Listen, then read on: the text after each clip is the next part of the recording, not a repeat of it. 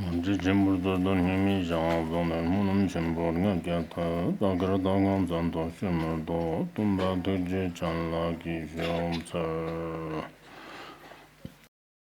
benefit beings, please generate bodhicitta before teaching.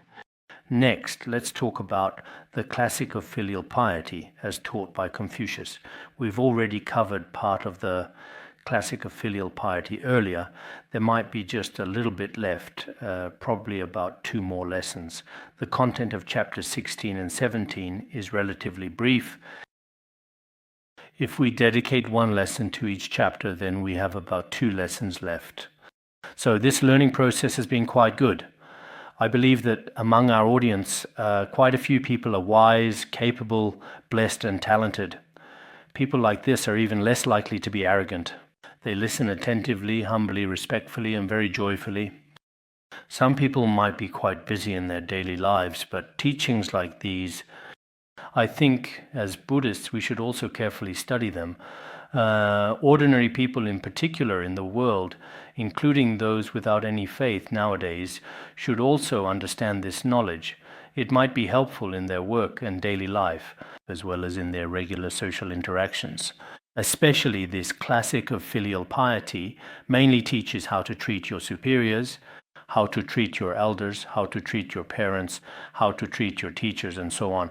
At such times, we might begin to think that some of our own personal views, beliefs, or opinions, which we have developed over time, may not actually be very reasonable from a truly logical perspective.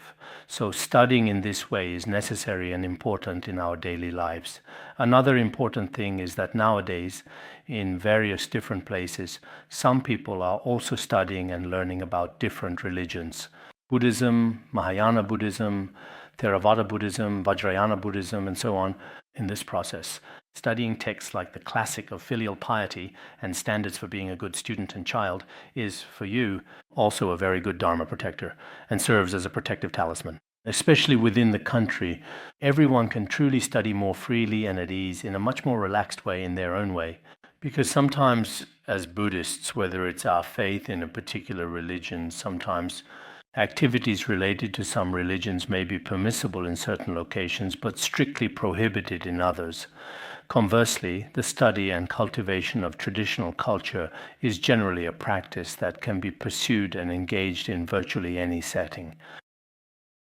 So people who love to learn in various places should find skillful and convenient ways to study, especially those related to Chinese classical studies, whether it's our classic of filial piety or standards for being a good student and child, as well as the doctrine of the mean, the great learning, the 1,000-character classic, and the analects. I have also read some of these before, and indeed some are very meaningful. When we were in school, our Chinese teacher, who especially loved to talk about traditional culture, would often share stories and insights about it. At that time, traditional culture had not yet fully recovered.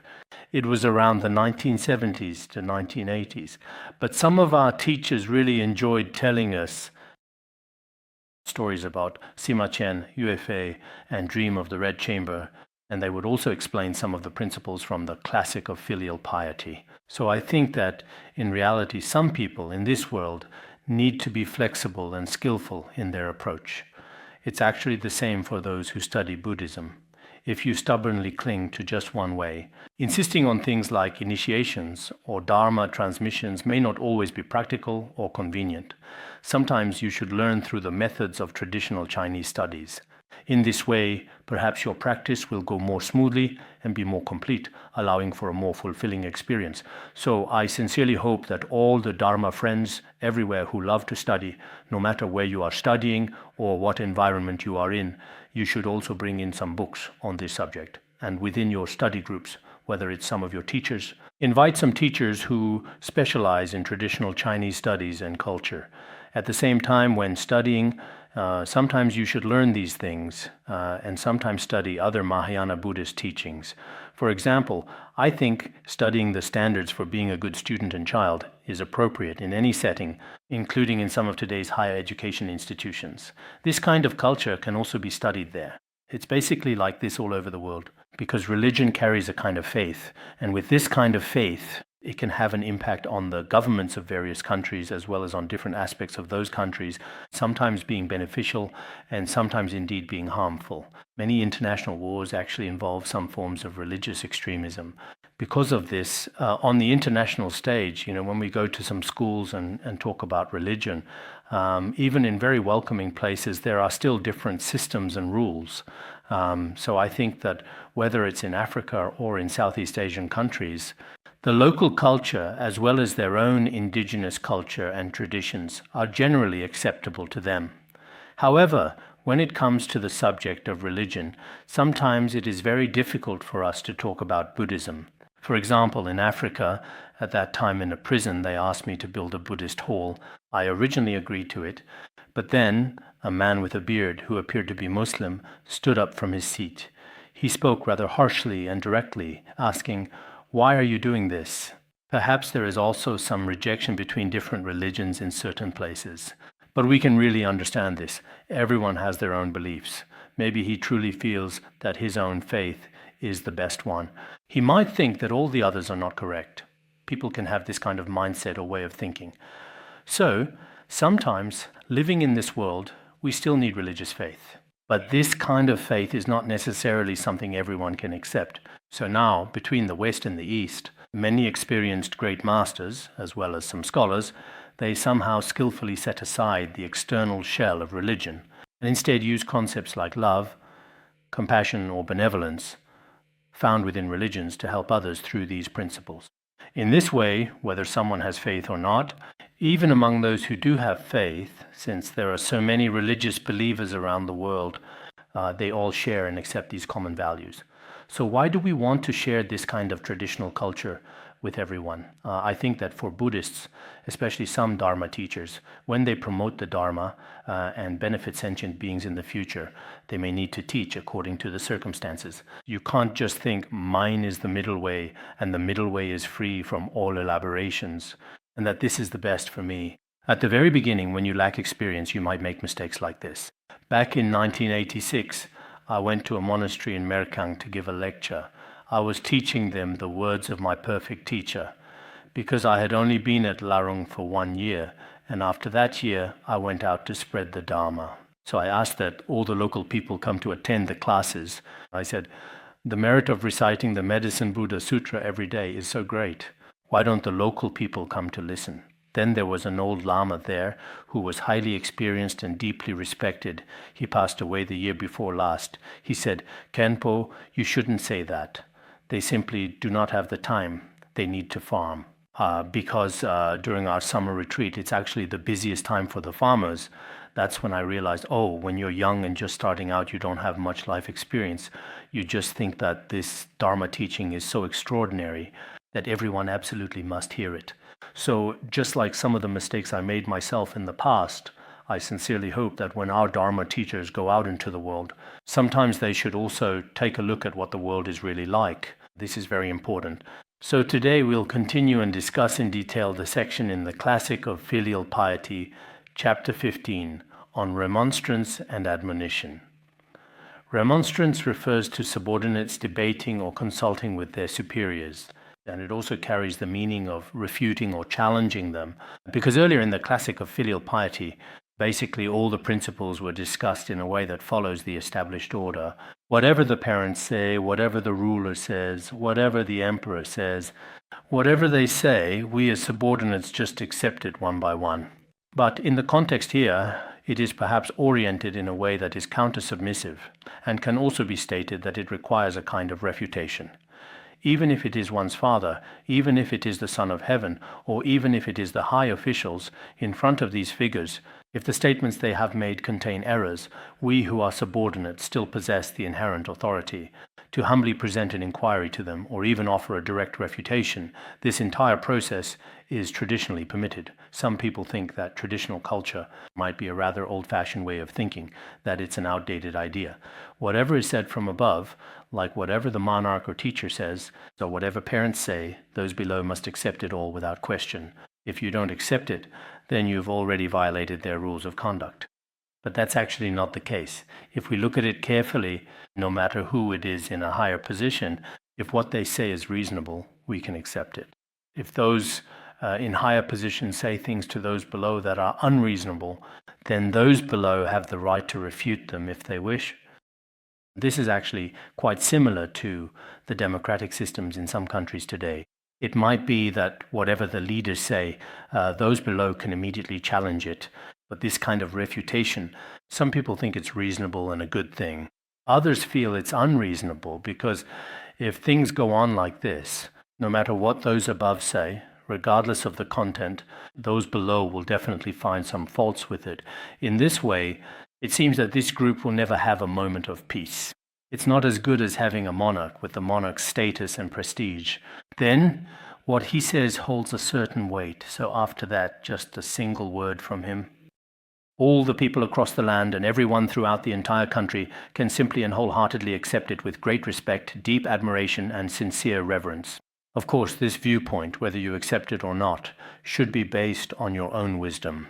As for today's perspective, I actually think it's quite good. When it comes to what leaders say, as leaders, their words are also a kind of command. If what they say is reasonable, those below can accept it. If not, it shouldn't be accepted. The main point is to explain this principle. In this way, some important figures, because there is no one around them to point out the mistakes in what they say, if no one speaks up, it can be very dangerous. They might become extremely arrogant themselves. It's only when they've already landed themselves in a dangerous situation that they realize it. Because in the world, there's often the saying, those involved are confused, while bystanders see clearly. If you observe from the sidelines, you can often see things much more clearly. But those who are directly involved often aren't particularly clear or certain about many things. So whether it's their children or their disciples or their subordinates or their dependents, they also have the right to offer thoughtful criticism and helpful guidance to those above them. Zhengzi said, as for kindness and love, respect, reverence, bringing peace to the parents and bringing honor to their name, I already heard these. May I ask, if a son simply obeys his father's orders, can that be called filial piety? Here, rufu is an adverb and doesn't have a direct meaning. It means to be loving and kind to one's parents, to be respectful and considerate to one's parents, to bring peace and stability to one's parents, to bring honor to one's parents and pass it down to future generations, and so on. These are all teachings that have already been received from the teacher, and the lessons received face-to-face are already quite numerous. Earlier, we have been discussing how to show respect, how to be loving, and how to bring peace and stability. After discussing how to show respect to parents, including how children should act, and how to consider future generations, we also talked about how to protect the family's reputation and so on. All these positive principles have already been explained. Then, he very humbly asked the following question. The disciple asks, does it mean that we must obey every command from our Father? To obey all of the Father's orders? Does it mean that as long as the Father says something, do we have to respectfully carry out and follow everything he says? Is this what filial piety is? Is being filial to one's parents really like this? This was the kind of thoughtful and reflective question that Zhengzi asked at the time. At this point, Confucius replied, what kind of words are these? Or what kind of words are these? He spoke in a tone of strong dissatisfaction, repeating and emphasizing, what are you saying? What are you saying? I would absolutely never agree with that. How could that be the case? Sometimes what parents say is right, and sometimes it's not. When they're wrong, it's actually very necessary to correct them. We often talk about this in other contexts as well, including in the standards for being a good student and child. When parents make mistakes, advise them to change. When we see our parents make mistakes, we should point them out. When we speak, we should do so with a smile and use gentle language and so on. If our parents keep making the same mistakes and refuse to change, what should we do? There are also some explanations about this below, and these principles have already been discussed before. So here it really emphasizes that when it comes to very important matters, for some especially important things, a point can be repeated twice for emphasis. That's why, at the time, Confucius also said it twice here. After saying it twice, he then began to talk about the following, from the Son of Heaven all the way down to the feudal lords, from the high officials to the common people. He carefully explained these important principles one by one, in detail. First, he said, in ancient times, if the Son of Heaven had 7 ministers who dared to argue with him, even if he was without virtue, he would not lose his kingdom. As we discussed earlier, the so-called Son of Heaven, was the one who ruled over the entire world and held truly tremendous and far-reaching power. He was the Son of Heaven who governed all the small states. So as the Son of Heaven, in ancient times, there were also 7 different types of people by his side. In ancient times, there were positions like Grand Preceptor, Grand Guardian, and Grand Tutor. Anyway, there was something called the 3 Dukes and 4 Assistants, making up 7 different types of people. In ancient times, these were also official titles. Some of them held actual official positions, while others did not. Just like how some spiritual teachers also have all sorts of different people around them, and some leaders have people by their side who carry teacups, drive cars, or bring cushions. There are all kinds of people around them. It's the same idea. So back then, the Son of Heaven also had 7 different types of people in his presence, with these people around, even if the ruler was without virtue, even if the Son of Heaven at that time issued orders or gave instructions to everyone. Whether it's so-called policies or national strategies like these, in some areas, there was a lack of true morality, and he himself lacked both wisdom and compassion. But because of those 7 types of people, those 7 types of remonstrating ministers who would constantly explain principles and reason to him, in the end, he would not truly be in any real or serious danger. His authority to rule the world would certainly not be lost. This was extremely useful. So as the Son of Heaven, it was indeed the case that in the past there were people specifically by his side, and there were many people who carefully observed him, or perhaps to offer guidance and instruction from different people in various perspectives. For instance, Mifam Rinpoche also stated, if the monarch proceeds with an unrighteous course of action, he should be informed that this is improper, expressing the very same requirement. If a monarch commits unlawful acts, then in front of the monarch, you shouldn't just flatter him all the time, saying, what you said is excellent, or your wisdom and abilities are truly outstanding. This is also mentioned in the treatise on the modes of a ruler. Generally, important figures, leaders, and even some parents, there are people who say superficial things to their faces, flattering them, offering excessive praise and compliments, these kinds of things.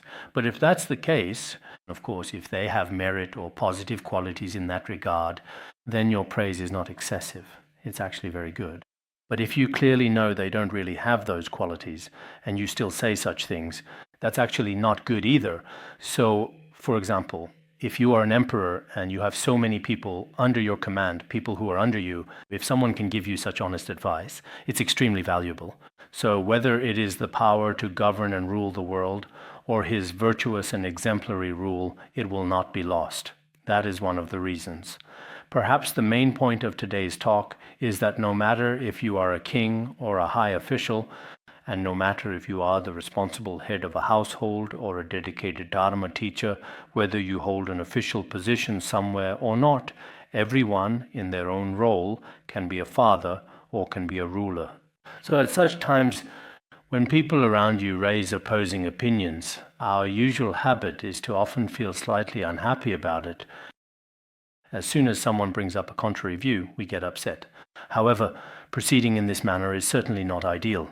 From a long-term perspective, considering both favorable opinions and critical feedback, it is perhaps the opposing viewpoint that plays the more crucial role for you.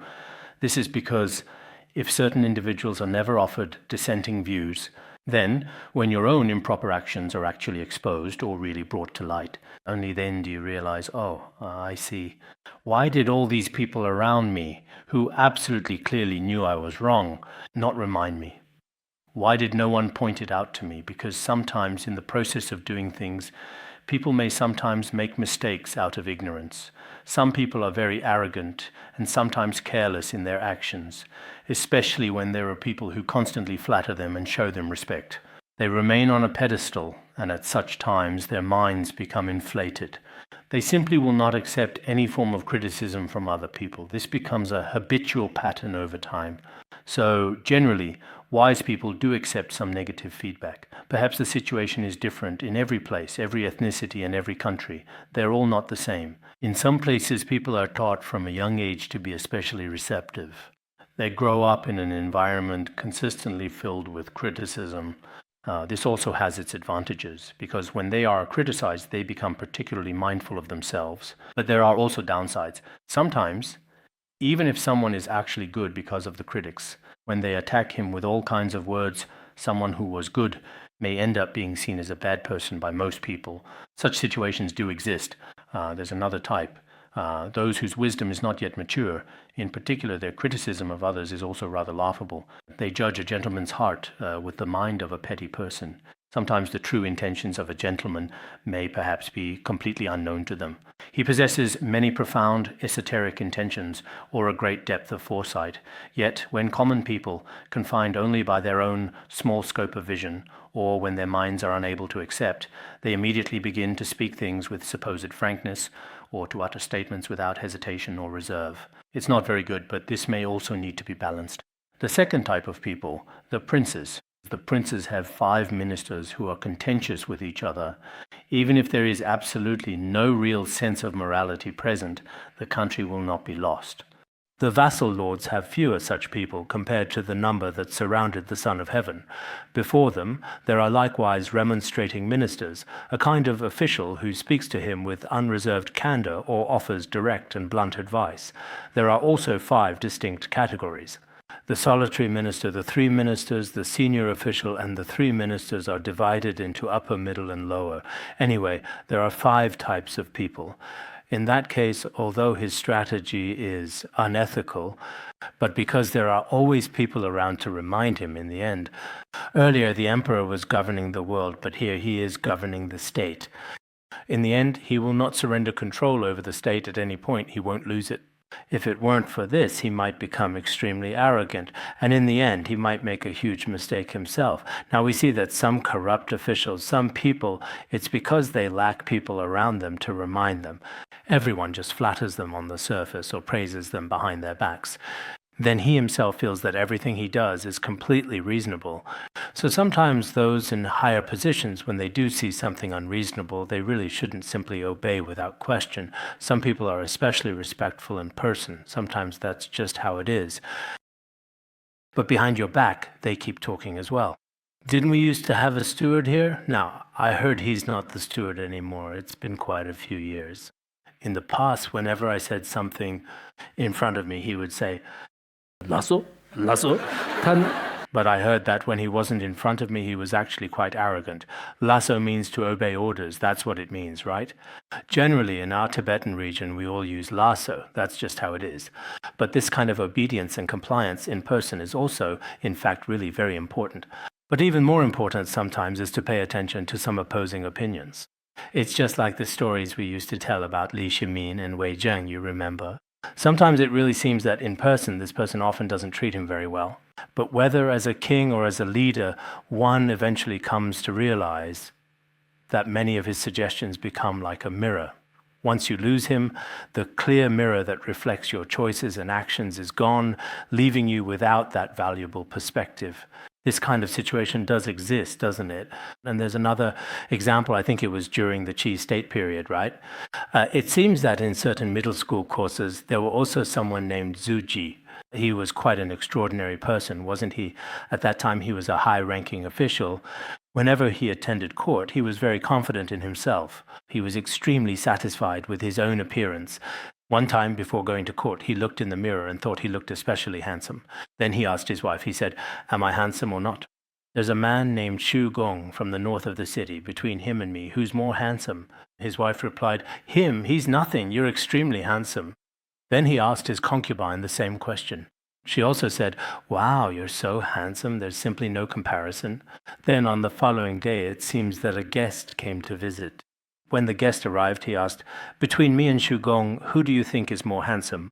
And the guest also said, "Ah, you're handsome, absolutely great, you're really, really outstanding." On the third day, Xu Gong from the north of the city actually came, because everyone else had already seen him, but Zuji hadn't. When he saw him, he was stunned. He thought, wow, he's so good-looking, so handsome. He felt that he probably couldn't really compare to him. With a slight hesitation, he went to look at himself in the mirror. He really couldn't compare to him. He was much worse, far, far behind. But there was something he just couldn't figure out. So many people said I was handsome. Why is that? That night, he simply couldn't sleep at all. He kept thinking it over and over, and finally he came to a realization. He thought, my wife says I'm handsome. It must be because she's biased. After all, she's my wife. Then he thought, if my concubine says I'm handsome, maybe it's because she's afraid of me. And as for guests, they must want something from me. He realized, wow, they've all been lying to me. The next day when he went to court for official business, he went to see the king of Qi at that time. He said, Your Majesty, through some things that happened in my family, I've come to understand a certain truth. May I share it with you? Back then, maybe the kings didn't have much to do either. Then this minister explained everything to him one by one. He said, based on my own experience and this principle I've realized, you, as the king, the most important person in the country, are truly remarkable. But what you hear, the words of your concubines, those words of affection, you shouldn't believe them too much. And the words of your ministers may be spoken out of fear. The words of the common people are probably because they want something from you. I suggest that from now on you try to observe more carefully, especially in your surroundings. Otherwise, many of the things people around you say to you may not necessarily be in your best interest. Later, this king, who ruled over the land, proved to be very wise. Without any delay, he issued an order throughout the country saying, if anyone points out my faults to my face, I will give them a first prize. If someone criticizes me in writing, for example, I will give them a second place prize. If someone speaks ill of me behind my back, then I will give them a third prize. After that, at first people flocked to the king's gate in an endless stream, but after a while, fewer and fewer people came, because the king's behavior kept improving. Then, after a year had passed, the place was almost deserted. Basically, no one came anymore. In the end, it was truly because his actions inspired those around him, including the states of Yan, Zhao, Han, and others at the time. Other countries also came to pay tribute. And at that time, as everyone knows from history, the state of Qi was quite prosperous for a period. Its overall prestige and national strength were extremely powerful in every aspect. From this, we can also draw an important lesson. What is it? No matter who we are, regardless of our personal or social status, if people around us offer some critical opinions, as long as those opinions are reasonable, we should learn to accept them. Of course, some people only ever have negative opinions. In fact, these people are already filled with negativity. Everything inside them is negative, not a single positive thought. For people like this, in situations like this, what they say and what they think and express may all be wrong. They'll say, this is wrong, that is wrong. And I've noticed that among our female practitioners, some Dharma friends really are like this. No matter which class they join, they often talk about the faults of the Dharma teachers. At first, I thought, when this person pointed out the faults of a certain Khenpo or a certain Khenpo, I thought, wow, is that person really that bad? Is that person really so terrible? Then after a while, this person would go to another class and start talking again. Oh, so she talked about this person's faults before. Maybe there really is something wrong with that person. Then, after some more time, she would switch to yet another class, changing classes every year. Then, when all the faults were brought up, by the third time I didn't believe it anymore. Wow, no matter where this person goes, she always loves to discuss others' faults. There must be something wrong with this person. That's what I thought. Maybe the problem is with me. So here we should say that some things might require, indeed, as I've mentioned before, including some of the volunteer departments as well, some management departments and some Buddhist organizations might want to expel everyone they don't get along with or can't stand, but you shouldn't just fire them all. Because for some people, this kind of power, indeed, as a ruler, you have the power to make someone rise to great heights. And you also have the power to bring about their downfall. That day, when we went to Africa, there was a tribal chief who said, in my tribe, there are actually more than 16,000 people in total. My power is, in fact, quite significant. If anyone in the tribe needs to leave immediately, aside from the king, that decision is up to me. If anyone wants to join, as long as I agree to it personally, then it's allowed. So in places like Africa, things are often, in many cases, just like this. And perhaps in other countries as well, including sometimes among us, whether it's the Khenpos or Khenmos in the class, or the various people in charge in different places, they are actually like monarchs of their own groups. If this monarch were to remove everyone they personally dislike, that really wouldn't be considered entirely reasonable. But sometimes we ourselves also lack wisdom. If we refuse to accept any opposing opinions from those below us, that's also completely unreasonable. There really needs to be a balance between both sides, right? This is how it is for monarchs. Being a monarch is like this. Earlier we talked about feudal lords. This is how feudal lords operate. Then there are the high officials called dafu. A dafu should have 3 ministers who dare to argue with him. He has a family steward, a senior of the household, and a town magistrate, right? So there are 3 people in total. These 3 types of people also often speak to him quite frankly and directly, expressing themselves openly. The dafu will also often talk with them. A dafu is basically the head of a household. So in the process of governing, even if he is unrighteous and may do some things without morality, if there are people around him who frequently give him guidance, then he will not lose his household. He will not lose his beloved family in this household either, because, as they always say, to err is human. After all, who among us can truly be without any fault? We ordinary people, especially in Buddhism, often say this as well. People are not perfect, so it's inevitable that we sometimes make mistakes. Sometimes our mood is just like the weather, sometimes good, sometimes bad. When we're not in a good mood, we might, without meaning to, make mistakes. So at such times, if someone nearby gives you guidance, it can be very helpful for your family as well. From this perspective, it is also necessary for someone to speak up, as the text says. Next, it says, if a scholar has friends who challenge him, he will never lose his good reputation. Here, scholar refers to ordinary people in the world. As ordinary people, they have also had friends who challenged them in the past. What we often call a friend who admonishes frequently speaks to him, sometimes saying good things, sometimes saying things that aren't so pleasant. In any case, when you make mistakes, those who often point them out to you are called friends who admonish. With such friends around, this person will not stray from a good reputation or end up doing things that bring infamy. He won't do bad things. Those closest to him know this best, because sometimes we ourselves, just as I mentioned earlier, aren't particularly clear about things. But there may be some words from those around us that we don't really want to hear. As the saying goes, good medicine tastes bitter but cures the illness. Honest advice is unpleasant to the ear but benefits one's conduct. Sometimes these words may actually be beneficial to your actions. So having some friends like this is truly valuable. Mipham Rinpoche's treatise on the modes of a ruler also mentions this, that having good Dharma friends or good people around you is very helpful.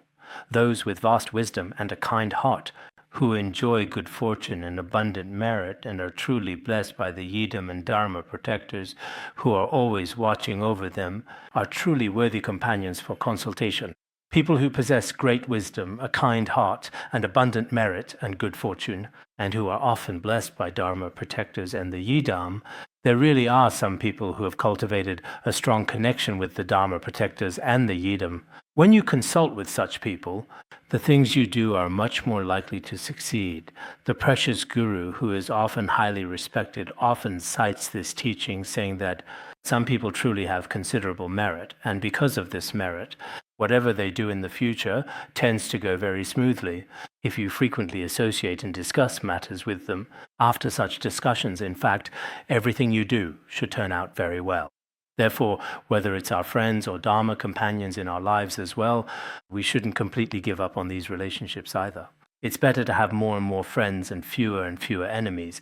Actually, it's not necessary to have a lot of friends, but it's best for a person to have at least a few people in their life, so that when you encounter important matters or face situations that require advice or support, you can talk to them about the things you need or the concerns you have. Having someone to share your thoughts with can be very helpful. In this world, we really do need the assistance of others. Without it, unless you are truly remarkable and really mentally very strong, such a person might be able to keep going. Otherwise, whether you're a man or a woman, sometimes in this world, you also need some comfort and reassurance from others around you. You need help from others, support from others, and encouragement from those who care about you. This is also very necessary and important for everyone. If we often help others ourselves, even in small ways, then when we encounter something ourselves, naturally, at that time, others will also reach out to help you. If you are especially indifferent yourself, then in that case, when you need help, others won't help you either. What are people like with each other? There is still a kind of interaction. For example, if you are always genuinely kind to everyone around you, then you might have more friends. In my hometown, there are often many occasions, whether it's handling important events like funerals or weddings. At such times, some people are generous and always find joy in helping others. For people like this, when they are in need of assistance from others, people from all directions will gather together in large numbers. But if someone is especially arrogant, or especially poor, or especially very lonely, when these people truly need help, for example, in situations when they fall ill or become sick, no one will come to see them at all. So when we are healthy and happy in our daily lives, we really shouldn't give up on anyone around us, no matter what.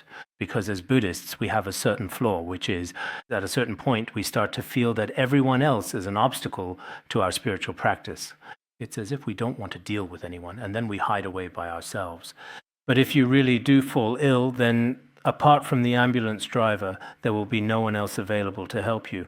People are actually quite conditional.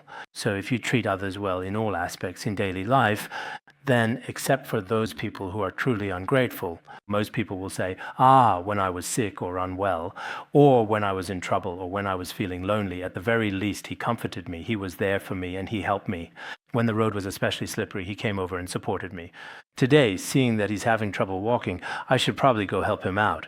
At the very least, people, except for a very few who might not care, who are like stones, no matter how well you treat them, it seems to make no difference to them.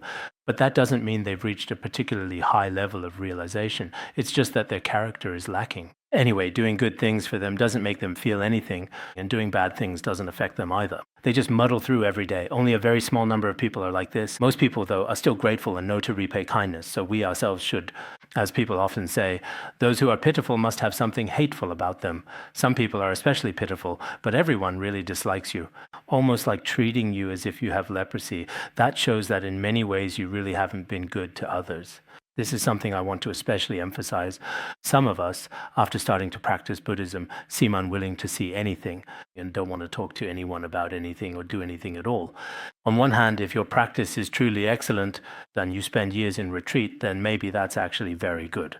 But if that's not the case, it's actually very good to have positive interactions with others and be able to accept all kinds of people. Today, you might encounter people from all walks of life, and if you use your wisdom and skillful means to interact with them, I think that's great. If there are some people who really, even when you speak to them with genuine kindness and compassion and understanding, but they still just can't take it in, that's okay too. Some of us get especially frustrated, thinking, I've already told them, but they won't listen. What should I do? It's like in the Analects, when Zigong asked Confucius, Confucius said, advise them sincerely and guide them kindly. If it doesn't work, then stop. Don't humiliate yourself. When you speak kindly and thoughtfully to a friend, if they happen to make a mistake, you should try to gently guide them. But if they really do not want to change, then do not make yourself suffer over it. Do not demean yourself. Just let it go. Because with some friends, with some people, no matter how much you say, they still might not change. If they don't change, just let things take their course. Don't make yourself suffer. In the Bodhicariyavatara, it also says, when some harm the three jewels, if you can stop them, then do so. But if you really can't, remind yourself that the three jewels are unconditioned dharmas. They don't have feelings. Finding comfort and ease in the nature of mind says when someone slanders your guru, first you should try to dissuade them, but if you really can't, just cover your own ears, take a moment, and simply ignore them. It won't harm your teacher at all. This is indeed very important. That was about friends, as I just mentioned. Now moving on. A father who possesses a remonstrating son will consequently not allow himself to fall into unrighteousness. If the father happens to make some mistakes as a son, he should be told about them in a blunt and honest manner. In this way, his body will not fall into any form of injustice. You can just speaking directly to your father, the emperor, the princes, and the ministers that have been mentioned. In fact, people from the lower classes can speak frankly to them. Then now it falls on the father, and the father is in fact the same. If parents make some mistakes as children, you can also tell them. After you tell them, it is actually very beneficial for them in the long run. There is a sutra called the Sutra of the Virtuous Elder Protected by Virtue, where this is mentioned. At that time, the elder was with a non-Buddhist. The non-Buddhist said, since the Buddha appeared, our offerings have decreased. We should find a way to get rid of the Buddha, or it will affect our income. At that time, the elder agreed as well, thinking it was the right thing to do. Then, when the elder invited the Buddha, they set up traps at the entrance of the elder's house. They deliberately set up fire pits and added poison to the food. At this time, the elder's son, who was a devout Buddhist, advised his father, saying, if the Buddha is like a sea of fire in the three realms, even that cannot harm him. And even if all the food is actually poisoned, it still won't kill him, in fact. It would be best if father didn't do such a foolish thing. He kept trying to persuade his father. Later, the Buddha arrived and accepted the offering. But during the process of making the offering, the Buddha also displayed incredible miracles and supernatural powers. At that moment, the elder felt deep regret. He confessed before the Buddha, saying, "If it weren't for my son's advice, I would have harbored ill intentions towards you long ago and harmed your physical body." So sometimes, even in Buddhism, there are parents who may go astray. At such times, wise children can also advise their parents, urging them not to continue making such mistakes. It's not just our parents, even elders or leaders, such as those in our lives, can also be advised. Some people even wonder, in Buddhism, isn't it said that we should follow the teacher's instructions? That whatever the teacher says must be obeyed? Does that mean we can point out faults in front of our parents? And with our teacher, are we not allowed to point out faults? Actually, that's not the case. When we discussed the 3 types of vows, this was also mentioned. If what the teacher says is truly beyond your ability to do, and after you have tried to advise them with kind words, you still do not carry it out, there is nothing wrong with that. For example, if your teacher instructs you to do something and you don't want to listen, or you feel that, of course, you need to have wisdom, otherwise you might not understand your teacher's deeper intention. If you do have wisdom and you think what he asks is not in accordance with the Dharma, then you don't need to do it. This also applies to some monarchs, their royal advisors or teachers. If they make unreasonable demands, you also don't need to comply. Mipham Rinpoche also explained this very well. Even if it is your teacher or your parents, if they make unreasonable demands, if your parents or teacher make an unreasonable request of you, a monarch should explain things clearly to their people, making sure everything is understood, and should never permit any unlawful acts. For example, if I am a king and my teacher or my parents make a request of me, such as asking me to kill a certain number of people, as a monarch, I don't have to obey my teacher, and I don't have to obey my parents in this case. You should give them a proper explanation. Such things go against the Dharma, such things cannot be done, so you must never give your consent. Otherwise, some teachers are very unreasonable. This happens even now. Some of your teachers, you don't even know if they understand the Dharma or not. If they don't understand the Dharma and they ask you to do certain things, like asking you to beg for alms for them every day or do this and that daily, sometimes these things are illegal or unnecessary. If they ask you to kill living beings or things like that, that's also unreasonable. So when I previously taught the 3 types of vows, I quoted a saying from Sakya Pandita.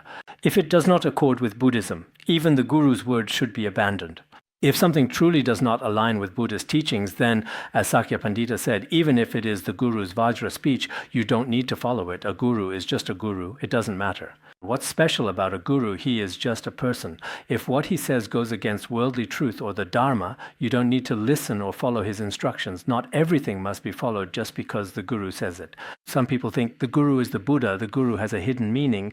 If I accept this, then at some point, sometimes you might feel, oh, I already knew this from the beginning. But just because it's from the Guru, actually, you see, many people really like this kind of scriptural proof. Sometimes Buddhists should not be blind in their faith. There are reasonable suggestions. Whether from a guru or a ruler, you should accept what they say. But for unreasonable or improper suggestions, even if they come from your guru, your leader, or your parents, you can still use sound reasoning to discuss it with them. On this point, leader, please think it over carefully. I really have no other way. If they still won't listen, you can say, if I do it this way, it might not be right. And the reason is, you reason with them. This is very important. So when we talk about the classic of filial piety here, it's still very necessary. Some worldly principles and some moral principles in Buddhism, in fact, actually share essentially the same meaning. In fact, Buddhism is not just blindly following some worldly rules either. It's not a doctrine that's completely opposed to everything else, not at all. There are indeed times in Buddhism, for example, when it comes to the Guru's kindness or the Guru's blessings, at those times it may be necessary to go beyond our usual rules. That's a different matter altogether. Generally speaking, the foundations of Buddhism and worldly principles can completely align with each other. Therefore, when it comes to injustice or unfair treatment, a child cannot avoid arguing with their father. So if there are some unreasonable, unfair, or improper principles, if a father does such things as a child, you cannot avoid arguing with your father. You can say, "Father, you shouldn't do this. If you keep doing this, it will lead to such and such negative consequences." Some people might not dare speak up to their parents, which goes against tradition. Some believe that in Buddhism you must always be filial to your parents. I can't do that, even if what they do is improper. But that's not true. It's also allowed. from the perspective of Buddhism and from the perspective of traditional culture, when you see your parents doing something improper, you can also speak up. A minister cannot avoid arguing with the ruler. Sometimes when a monarch does something improper, as a minister, you can also frankly point it out to him. In the same way, a disciple cannot avoid arguing with their teacher. When a disciple sees some improper behavior from their teacher, you can absolutely discuss it with them. Therefore, when faced with injustice, one should argue against it. So, when there are improper or unlawful matters, as a disciple or as a child, it is also acceptable to bring them up in front of your father or your teacher. How can simply following a father's orders be considered filial piety? How could it be that just obeying your father's commands, always listening to him, is what constitutes filial piety? How could that make sense? It doesn't make sense at all. So you should listen when it is appropriate and not listen when it is inappropriate. And nowadays, children raised in the West still have this kind of thinking. What's so special about parents? What's so special about teachers? What's so special about spiritual teachers? What's so special about leaders? Even if it's the president of the country, you can criticize them to their face. In the West, there are a significant number of individuals like this. All of this is acceptable. It's just a different way of thinking. Actually, it's the same here as well. If you're the emperor, what's so special if the emperor makes a mistake? If you're a feudal lord and you make a mistake, what's so special about that? If you're a monarch and you make a mistake, what's so special about that? Whether it's a father, a teacher, or a spiritual teacher, if they make a mistake, you can also point it out. Otherwise, if you just listen respectfully to everything, that's not really filial piety either. So when we encounter these different opinions in the future, anyway, whether it's the lower class or the upper class, when they have some different opinions from you, don't kick it all away at once. That's not a very good idea. Okay, that's all for today.